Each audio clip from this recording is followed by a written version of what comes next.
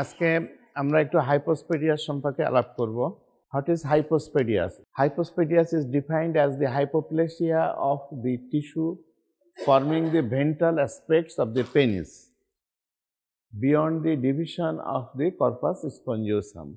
আমরা আগে জানতাম যে ইউরেথ্রাল মেটাসটাকে যদি তোমার অ্যাবনর্মাল প্লেসে থাকে সেটাকে আমরা হাইপোস্পেডিয়াস বলি। ইট ইজ ফ্যাক্ট, বাট বই পুস্তকের ডেফিনেশনটা হচ্ছে hypoplasia of the tissue forming the ventral aspects of the penis beyond the division of the corpus spongiosum. By definition আমরা জানছি কি যে congenital ventral aspects of the penis এর ডেভেলপমেন্টের একটা ডিফেক্ট থাকছে, ঠিক আছে। Hypospadias is believed to result from arrested penile development leaving a proximal urethral meatus.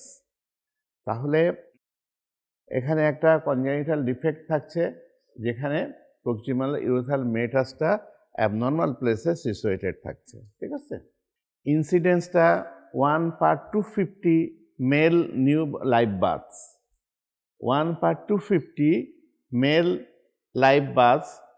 তাহলে এটার কিন্তু ইনসিডেন্সটা একেবারে খুব রেয়ার নয়, 250 জনের ভিতরে একজনের ভিতরে আমরা এটা পাচ্ছি। তাহলে ইটস এ বিট কমন বলা যেতে পারে। সেখানে 3 ধরনের অ্যাবনর্মালিটি আসে। হঠাৎ those number 1 is abnormal ventral opening of the urethral meatus. তাহলে হাইপোস্পেডিয়াসে 3টা অ্যাবনর্মালিটি থাকে। Number 1 is abnormal ventral opening of urethral meatus. Number 2, abnormal ventral curvature of the penis. Number 3, abnormal distribution of the foreskin with a dorsal hood. ঠিক আছে, 3 abnormalities associated থাকছে হাইপোস্পেডিয়াসের সাথে। Number 1 is ventral abnormal opening of the urethral meatus. তাহলে urethral meatusটা ventral aspects of the penis in abnormal পজিশনে থাকবে। Number 2 হচ্ছে কি abnormal ventral curvature, যে ভেন্ট্রাল অ্যাসপেক্টসে পেনিস শ্যাফট অফ দ্য পেনিসটা অ্যাবনর্মালি কার্ভ হয়ে থাকবে। And third one is the abnormal distribution of the foreskin with a dorsal hood. তাহলে আমরা বলি হুডি, কডি অ্যান্ড অ্যাবনর্মাল মেটাস। 3টা হুডি, হুড, কডি and abnormal meatus. Hypospadias is diagnosed by physical examination এবং এটা ডায়াগনোসিস করার জন্য আমাদেরকে কোনো ইনভেস্টিগেশনের নেসেসিটি হয় না। Physical examination is sufficient for the diagnosis of hypospadias. সেখানে আমরা কি পাবো? ভেন্ট্রাল পজিশনে, অ্যাবনর্মাল পজিশনে মেটাস পাবো, একটা ভেন্ট্রাল কার্ভেচার পাবো, একটা অ্যাবনর্মাল হুড থাকবে ডর্সাল স্কিনে। Hypospadias is diagnosed by physical examination, first suspected by the ventrally deficient prepuce and confirmed by the proximal meatus. তাহলে প্রিপিউসটা ডিফেক্টিভ থাকবে প্রথমে, এটা তুমি দেখবা, এবং প্রক্সিমালি তোমার মেটাল ওরিফিসটা থাকবে। Meatal orifice if it is situated in the tip of the penis, তাহলে তো এটা কোনো অ্যাবনর্মালিটি কিছু হলোই না আর কি। তাহলে সেটা ভেন্ট্রালি প্লেস থাকবে। ছবিটাতে কিন্তু under ventral surface of the পেনিসকে দেখানো হয়েছে, সেখানে অ্যাবনর্মাল মেটাসটা রয়েছে, বাট এটা লাইট তো এই যে এখানে হচ্ছে তোমার মেটাল ওরিফিস হচ্ছে, যেটা থাকার কথা এখানে, সেখানে এখানে। আর এই যে অ্যাবনর্মাল বেন্ডিং দেখো, এখানে কিন্তু এই যে গ্লান্সটার এখানে কিন্তু কার্ভ হয়েছে, টেনে সোজা করে রাখা চেষ্টা করা হয়েছে। আর হচ্ছে হুডি হচ্ছে দেখো, এই যে ফোর স্কিনটা ডর্সাল সারফেসে ফোরস্কিনটা দেখো অনেক বড়, টেনে লম্বা করে রাখা হয়েছে। অ্যাবনর্মাল ভেন্ট্রাল ফাইন্ডিংস কি থাকতে পারে? ভেন্ট্রাল সারফেসে কনজেনিটাল অ্যানোমালি ডেভেলপ করছে, সেখানে আর কি থাকতে পারে সেটা দেখো। ডাউনওয়ার্ড গ্লান্স টিল্ট, গ্লান্সটা ডাউনওয়ার্ডস একটু টিল্ট হয়ে থাকতে পারে। Deviation of the medial penile raphe, যে মিডিয়ান রেফি যেটা, এই যে এটা রিজ যেটা আমরা আছে, এইটাই তো মিডিয়ান রেফি, তো এটা একটা ডেভিয়েশন হতে পারে। ভেন্ট্রাল কার্ভেচার হতে পারে। Scrotal encroachment on to the penile shaft, এইখানে এই সিনারিওটা দেখো, normally scrotum should suspend below the penis, but এখানে কি হচ্ছে, পেনিসটা এনকোর্স করে স্কুটামটা এনকোর্স করেছে পেনিসের মাছ দিয়ে, মনে হচ্ছে যেন যে পেনিসটা জাস্ট স্কুটামের মাছ দিয়ে রেইজ করে বেরিয়ে এসেছে। আরেকটা হতে পারে কি midline scrotal cleft and penoscrotal transposition, এতগুলো ভেন্ট্রাল অ্যাবনর্মালিটি আমরা পেতে পারি। তবে কমনলি আমরা পাই তোমার ভেন্ট্রাল কার্ভেচারটা, এটা হচ্ছে আমার কাছে কমন। তারপর মিডিয়ান রেপি শিফট হতে পারে, deviation of the median penile raphe হতে পারে, and scrotal encroachment on to the penile shaft হতে পারে। ঠিক আছে, তাহলে আমরা নর্মালি যেটা স্কুটামটা থাকে পেনিসের রুট অফ দি পেনিস থেকে সাসপেন্ড করে, কিন্তু এক্ষেত্রে দেখা যাচ্ছে যে এমনভাবে এনকোর্স করেছে, পেনিসটাকে ঘিরে ধরেছে, মনে হচ্ছে যেন স্কুটামের মাছ দিয়ে পেনিসটা বেরিয়ে এসছে। এরকম একটা অ্যাবনর্মালিটি আসতে পারে। নাও আমাদের পেনিসের নর্মাল অ্যানাটমিটা একটু চোখ বুলাই নেই, সেখানে কি থাকে, মাসেল থাকে কয়টা, ক্যাভার্নাসাম 3টা, 2 কর্পোরা ক্যাভার্নোসাম, মাঝখানে থাকে কর্পোরাস স্পঞ্জিওসাম, 3টা মাসেল থাকছে, এনকোর্সড ইন এ ফাসাল শীথ যেটাকে বলা হয় টিউনিকা অ্যালবোজেনিয়া। তাহলে 3টা মাসেল থাকে, যে মাসেলটাকে ঘিরে রাখছে একটা ফাসা, যেটাকে বলা হচ্ছে আমরা টিউনিকা অ্যালবোজেনিয়া। বাক্স ফাসা অথবা থিক ফাইব্রাস এনভেলাপ, এই যে টিউনিকা অ্যালবোজেনিয়াটা, এটাকে একটা মানে ফাইব্রাস এনভেলাপের মতো করে মাসেল 3টাকে এনকোর্স করে রেখেছে। Now what is the aetiology for this congenital abnormality? এখানে একটা জিনিস আমরা বলছি কি, যে এটা genetic factor responsible, gene mutation responsible, genetic factor একটা দায়ী, যে familial aggregation is found in 4 to 10% of hypospadias cases, including first, second and third degree relatives. তাহলে এটা ফ্যামিলিয়াল টেন্ডেন্সি আছে, এটা আমরা জানলাম যে একটা familial tendency first, second and third degree রিলেটিভসের ভিতরে 4 to 10% ক্ষেত্রে আমরা এটা পেতে পারি, যে একটা জেনেটিক মিউটেশন হয় আর জিন মিউটেশন হয়, যার ফলে এই অ্যাবনর্মালিটিগুলো আসে। এবং first, second and third group of রিলেটিভসের ভিতরে যদি কারোর থেকে থাকে, সেক্ষেত্রে এই ডিজিজটা হওয়ার চান্সটা 4 to 10% more. In most cases, the cause of this congenital defect is not fully understood. আমরা জেনেটিক মিউটেশন, জিন মিউটেশন জানছি, তারপরেও the exact cause is not known. Treatment with hormones such as progesterone during the pregnancy may increase the risk of hypospadias. মা যখন পেটে বাচ্চা থাকছে, pregnant থাকছে, তখন যদি তাকে কোনো কারণে যদি প্রজেস্টেরন কন্টেনিং ড্রাগ তাকে ইউজ করতে হয়, সেখানে দেখা গেছে যে every chance for development of A hypospadias baby. Certain hormonal fluctuations such as failure of the fetal testes to produce enough testosterone or the failure of the body to respond to the testosterone increase the risk of hypospadias and other genetic problems. তাহলে আমরা বলছি কি, যে একটা বলছি যে যদি during the pregnancy period মাকে যদি কখনো প্রজেস্টেরন কন্টেনিং ড্রাগ ইউজ করতে হয়, সেক্ষেত্রে হাইপোস্পেডিয়াস বেবি ডেভেলপ করার চান্সটা থাকে খুব বেশি।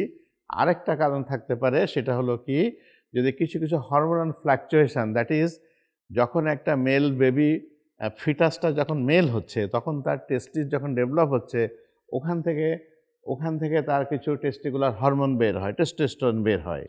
এই টেস্টোস্টেরন রিলিজটা যদি ইনএডিকুয়েট হয়ে থাকে, অথবা বডিতে যদি এই টেস্টোস্টেরনের যেখানে রেসপন্ড করবে সেই রেসপন্সিভনেসটা যদি কমে যেয়ে থাকে, তাহলেও হাইপোস্পেডিয়াস অথবা জেনিটাল অ্যাবনর্মালিটি ডেভেলপ করতে পারে। ক্লিয়ার? তাহলে মায়ের যদি প্রজেস্টেরন কন্টেনিং ড্রাগ ইউজ করা হয়ে থাকে, আর ফিটাসের যদি ইনএডিকুয়েট টেস্টোস্টেরন রিলিজ হয়, অথবা টেস্টোস্টেরন যে টার্গেট অর্গানে কাজ করে সেখানে যদি ইনএডিকুয়েট ওয়ার্ক হয়ে থাকে, তাহলে আমরা এই ধরনের ডিফেক্টটা পেতে পারি। Clear? Now hypospadias is never come alone. It has got some friends. সে বন্ধুদের ছাড়া সে চলে না। সেটা কি কি? Cryptorchidism, prostatic utricle and renal agenesis. তাহলে এই করে অ্যাসোসিয়েটেড অ্যাবনর্মালিটি ইনভেরিয়েবলি না হলেও ফ্রিকোয়েন্টলি এগুলো থাকে, অ্যাসোসিয়েটেড থাকে। সেটা হলো কি, ক্রিপ্টোঅর্কিডিজম মানে কি? ইয়েস, তাহলে সেটা থাকতে পারে। আর একটা হলো প্রোস্টেটিক ইউট্রিকল থাকতে পারে। আরেকটা হচ্ছে কি যে রিনাল অ্যাজেনেসিস থাকতে পারে, কিডনি তৈরি হলো না। তাহলে কত বড় ঘটনা দেখো, বেবি বর্ন হলো, হাইপোস্পেডিয়াস আছে, সাথে কিডনি থাকলো না, তাহলে ওরা থাকলো কি? হাইপোস্পেডিয়াস নাই আমরা অপারেশন করে ঠিক করতে পারছি, বাট কিডনি না তৈরি হলে কি হবে? যদি একটা হয়ে থাকে তাহলে না লাইফটা সারভাইভ করলো, দুটো কিডনি যদি অ্যাজেনেসিস হয়ে থাকে তাহলে তো কোনো কথা নেই। তাহলে it has got some associated abnormalities like cryptorchidism, prostatic utricles and renal agenesis. Now, what are the classification or types of hypospadias? আমরা এটাকে ভাগ করেছি তোমার anterior, that is distal পোর্শনে যেটা থাকছে, middle and posterior. Anterior, middle and posterior, that is in relation with the shaft of the penis. আমরা এটাকে তিনটা পজিশনে ভাগ করেছি, anterior, middle and posterior. Here is the picture of a penis, scrotum, perineum and this is anus. এখানে কি হচ্ছে দেখো যে anterior বা ডিস্টালের ভিতরে ভাগ করেছি আমরা তিনটা। একটা হচ্ছে গ্ল্যান্ডুলার, দ্যাট ইজ গ্ল্যান্স পেনিসে এসে আছে but not in the tip of the glans penis. Glans পেনিসের থেকে এ বিট প্রক্সিমালে আছে, এটাকে আমরা বলছি গ্ল্যান্ডুলার। তার থেকে আরেকটু প্রক্সিমালে যেটা আছে এটাকে আমরা বলছি করোনাল। তাহলে এন্টিরিয়রে তিনটা ভাগ করছি, গ্ল্যান্ডুলার, করোনাল অ্যান্ড সাবকরোনাল। ঠিক আছে, তাহলে গ্ল্যান্সের ভিতরে তিনটা পজিশনকে আমরা ভাগ বলছি এন্টিরিয়র, দ্যাট ইজ গ্ল্যান্ডুলার, যেটা টিপ অফ দি গ্ল্যান্সের একটু প্রক্সিমাল, তার থেকে আরেকটু প্রক্সিমালে আসলে আমরা বলছি যে করোনাল, আরেকটু প্রক্সিমালে আসলে দ্যাট ইজ একদম শ্যাফট এবং গ্ল্যান্সের জয়েন্ট যেখানে আছে সেখানে আসলে আমরা বলছি যে সাবকরোনাল। আর মিডলকে বলছি তিনটা ভাগ করছে কি, দ্যাট ইজ মিডল বলতে আমরা শ্যাফট অফ দি পেনিসে, একটা হচ্ছে distal penile, mid shaft and proximal penile. এইটা হচ্ছে ডিস্টাল পেনাইল মানে towards the corona glandis, mid shaft and proximal near the root of the scrotum. আর হচ্ছে পোস্টেরিয়রেও তিনটা ভাগ করা হয়েছে, সেটা কি penoscrotal, that is scrotum and পেনিসের জয়েন্ট যেখানে হচ্ছে সেখানে বলা হচ্ছে পেনো স্ক্রুটাল, তারপরে আছে স্ক্রুটাল, তারপরে আছে পেরিনিয়াল। তাহলে পোস্টেরিয়রে তিনটা ভাগ করেছি আমরা, একটা হচ্ছে পেরিনিয়াল, পেনো স্ক্রুটাল আর হচ্ছে স্ক্রুটাল তিনটা। আর শ্যাফটে তিনটা ভাগ করা হয়েছে, প্রক্সিমাল, মিডল অ্যান্ড ডিস্টাল শ্যাফটে। এই ডিফেক্টটা হচ্ছে permanent, it is not curable by medicine. এই ডিফেক্টটা একটা অ্যাবনর্মাল একটা ওপেনিং হয়েছে, যে ওপেনিং দিয়ে ইউরিন পাস করছে, এটাকে তুমি কোনো মেডিসিন দিয়ে তুমি এটাকে মানে শুধরাতে পারবে না। এই ডিফেক্টটা you must have to corrected surgically. Without the option of surgery there is no treatment in one sense. কারণ আমাকে একটা ম্যাল পজিশনে, আমাদের ওপেনিংটা রয়েছে ন্যাচারাল ওপেনিং, একটা ম্যাল পজিশনে আছে, ওই ম্যাল পজিশন থেকে আমাকে এটাকে ন্যাচারাল পজিশনে নিয়ে আসতে হবে। This is the operation. How it could be done, এটা একটা প্রসিডিওরের ভিন্নতা আছে, বাট অপশনে কোনো ভিন্নতা নাই। Treatment option is the only one, যে আমাদেরকে অ্যাবনর্মাল যে ওপেনিংটা আছে এটাকে নর্মাল পজিশনে আনতে হবে বাই সার্জিক্যাল মিনস। ঠিক আছে, এখন সার্জিক্যাল মিনসটা কীভাবে অ্যাপ্লাই হবে এর ভিন্নতা আছে, but option is one, it have to corrected by surgically. তো what are the indications of surgery, কোন সময় আসলে আমরা এটা সার্জারি করব, এটা অনেক সময় বেবির মা মনে করতে পারে আমার বাচ্চা তো নর্মালি পেশাব ফিরছে, urine is passing, so what is the need for the operation. Commonly আমাদের দেশের মায়েরা এই ভুলটা করে। আর্লি চাইল্ডহুডে যখন মারা নোটিস করে তখন করলে দেখে যে ওরা মনে করছে যে এটা তো হচ্ছে, পেশাব তো হয়ে যাচ্ছে, there is no problem, so why we should be bother for this, এইরকম একটা প্রবলেম নিয়ে তারা টাইমটা কিল করে।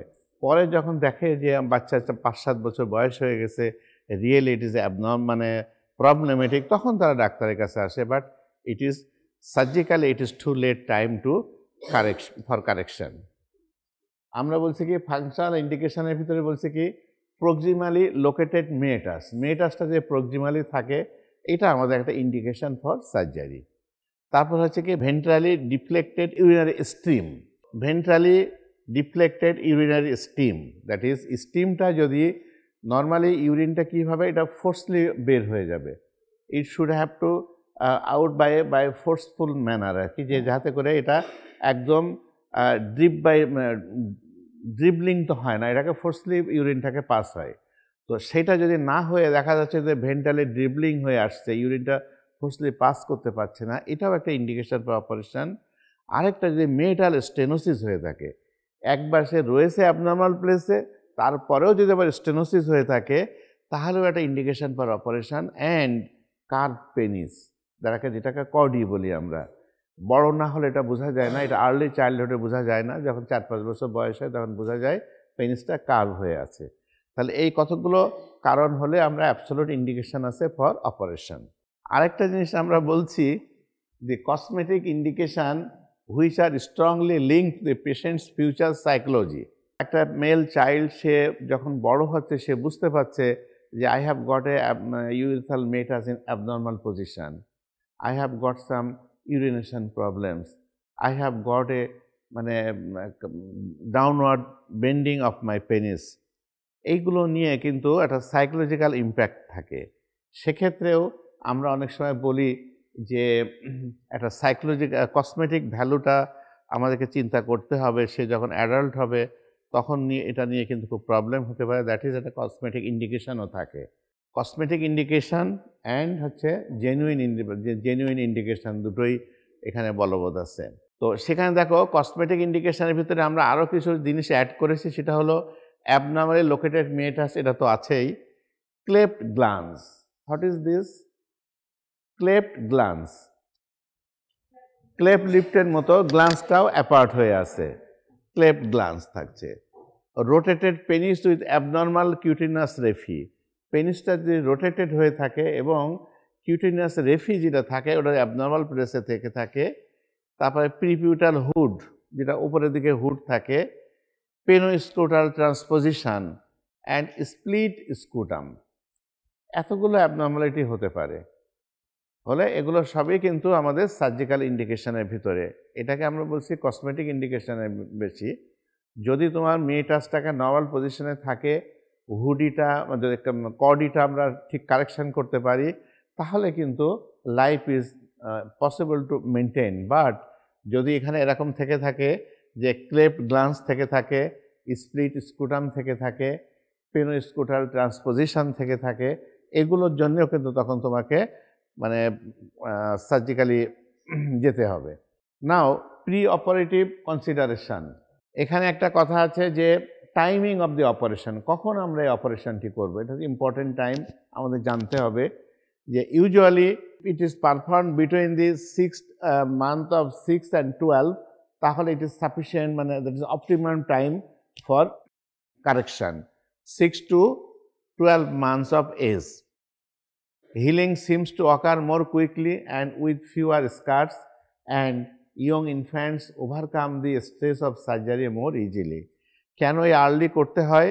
আর্লি করলে প্রথম কারণ হচ্ছে healing seems to be occur more rapidly with fewer scar মার্কটা খুব কম থাকে, and infants overcome the stress of surgery well. That is why the ideal time for the repair of hypospadias is 6 to 12 months. The age seems to insulate most children from the psychologic, physiologic and anesthetic trauma associated with hypospadias surgery. তো বাচ্চারা যদি একটু বড় হয়ে যায়, 4-5 বছরের বাচ্চাও যদি হয়ে থাকে, তারা কিন্তু তাদের ব্যাড মেমোরিগুলোকে হোল্ড করে। আমরা আমাদের ছোটোবেলার কিছু ব্যাড মেমোরি হয়তো বা কারোর মনে থাকতে পারে, বড় হলে সেগুলো ট্রমাটাইজড করতে পারে। এই জন্য it is better to make correction earlier within 6 to 12 months. দেখো এই ছবিটা কি দেখাচ্ছে দেখো তো। আচ্ছা, এর হাতে একটা স্কালপেল, একটা ছুরি, এবং এই বাচ্চাটা বসে আছে, সার্কামসিশন করাতে হবে তাকে, ঠিক আছে? তো সে চিৎকার করে বলছে সার্কামসিশন নো লঙ্গার রিকমেন্ডেড, সে চিৎকার করে বলছে, ঠিক আছে? একটা নিউজ পেপার আছে, নিউজ পেপারের দিকে ধর ডাক্তার ছুরি নিয়ে গেছে, তাকে সার্কামসিশন করবে, সে ওই নিউজ পেপারের দিকে তাকে আঙুল দিয়ে দেখাচ্ছে যে সার্কামসিশন নো লঙ্গার রিকমেন্ডেড। ঠিক আছে, স্টপ করো, তোমার অ্যাটেম্পটা স্টপ করো। তাহলে ডাক্তার এবং পেশেন্টের রিলেশনটা এরকম হচ্ছে, হ্যাঁ, ও যাচ্ছে যে আমি একটা পেশেন্ট পেয়েছি, আজকে সার্কামসিশন করবো, বাট পেশেন্ট বলছে যে stop, circumcision is not recommended. Why? এই ধরনের ক্ষেত্রগুলোতে আমরা কিছু ট্রিটমেন্ট করি। প্রি অপারেটিভলি এই ধরনের চাইল্ডকে আমরা কিছু হরমোন ইউজ করে থাকি। সেটা কি? Human choriogonadotropin hormone 250 to 500 unit subcutaneously twice a week for 3 weeks. তাহলে এই সিজি যদি আমরা 250 to 500 mg subcutaneous twice a week for 3 weeks use করি, it increases the penile size and length. যেহেতু এটা কনজেনিটালি অ্যাবনর্মাল একটা পেনিস, এর size এবং লেন্থ ইজ নট অ্যাডিকুয়েট, যার ফলে আমরা যদি একটা কোরিওনিক গোনাডোট্রপিন হরমোনটাকে আমরা ইউজ করি, তাহলে ইট মে ইনক্রিজেস দি পেনিসের size and length, that is it facilitates surgery. তারপরে decreases the hypospadias and chordee severity. এই human choriogonadotropin hormone also decreases the severity of the hypospadias and chordee. আরও কীভাবে help করে? Increases the vascularity and thickness of the corpus spongiosum. ঠিক আছে? আর কি করে? Allowance of more simple repairs. তাহলে যদি আমরা এই সিজিটা ইউজ করে থাকি, ইউজ করি 2 to 3 উইকস ধরে যদি অপারেশনের আগে, তাহলে আমরা পেনিসের সাইজ অ্যান্ড লেন্থের একটা এনলার্জমেন্ট পেতে পারি। তারপরে হাইপোস্পেডিয়াস এবং কর্ডির থিকনেসটা কমে আসবে, সিভিয়ারিটিটা কমে আসবে। তারপরে increases the vascularity and thickness of corpus spongiosum as well as allowance the more simple repair. That is এক কথায় আমাদের অপারেশনটা একটু হেল্পফুল হবে। ঠিক আছে? আর কি করতে পারি? আইএম টেস্টোস্টেরন ইঞ্জেকশন দেওয়া যেতে পারে। এটা কি করে? 2 milligram per KG body weight হিসাবে given for a total of 2 to 3 doses before hypospadias repair. তাহলে আমরা আইএম টেস্টোস্টেরনও ইউজ করতে পারি, and testosterone propionate cream also use করতে পারি 3 times ডেইলি ফর 3 উইকস। এই সবগুলোই পেনিসের শ্যাপটাকে একটু ইলঙ্গেটেড এবং একটু স্ট্রং করে, যার ফলে আমাদের অপারেশনাল প্রসিডিউরটা ফ্যাসিলিটেট করে বা সুবিধা হয়। ঠিক আছে? তাহলে আমাদের একটা এর প্রি অপারেটিভ একটা প্রিপারেশান আছে, সেই প্রিপারেশনে আমরা এইচসিজি ইঞ্জেকশান দিতে পারি, টেস্টোস্টেরন ইঞ্জেকশন দিতে পারি, ও ইভেন টেস্টোস্টেরন ক্রিম আমরা অ্যাপ্লাই করতে পারি। General principles of hypospadias repair সেটা কি হচ্ছে? 5টা জিনিস দেখো: orthoplasty, urethroplasty, meatoplasty and glanuloplasty, and lastly skin coverage. এই 5টা স্টেপে আমরা এই অপারেশনটি আমাদের সারতে হবে। 5টা স্টেপ দেখে তো ঘাবড়ে যেও না, আরে বাবা তাহলে কি বিশাল operation. It's not necessarily that, but এই কাজগুলো আমাদেরকে করতে হয়। We have to do orthoplasty, we have to do urethroplasty, we have to do meatoplasty and glanuloplasty and skin coverage.